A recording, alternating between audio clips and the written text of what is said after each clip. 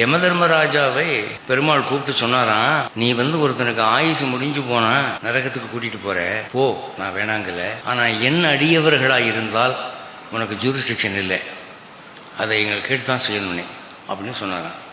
அப்போ உங்க அடியவர்கள் நான் எப்படி கண்டுபிடிக்கிறது அப்படின்னா, நெற்றியில திருமண் போட்டிருப்பான், நாமும் போட்டிருப்பான், அதை பார்த்துக்க அப்படின்னா சரின்ட்டு வந்துட்டான். அப்போ யமனும் யமகிங்கரர்களும் ஒருத்தனுடைய உயிர் போக போகிற நேரத்தில் ரெடியாக கையில் பாசக்கயிறை வச்சுக்க நிற்பாங்களாம். ஆனால் அந்த ஆத்மா பண்ண புண்ணியத்தினால அவன் தடாபுடன் நொண்டி நொண்டி போய் பாத்ரூமில் போய் ஹாட் வாட்டரில் குளிச்சு விட்டு பூஜை ஏரியாவில் போய் நாமத்தை போட்டான். உடனே யமன் பார்த்தான், நாமத்தை போட்டான்னா போச்சு அப்படின்னு திரும்பி செஞ்சான். அப்போது இந்த உலகத்தில் ஏமாற்றுதல் அப்படிங்கிறதுக்கு நாமத்தை போட்டான் அப்படின்னு ஒரு வழக்கம் ஏற்பட்டுச்சு. நாங்கள் 1000 ரூபாய் கொடுத்து வச்சுருந்தோம் அவங்ககிட்ட, போய் கேட்டால் நாமத்தை போட்டாங்க ஒரேடியா அப்படின்னு.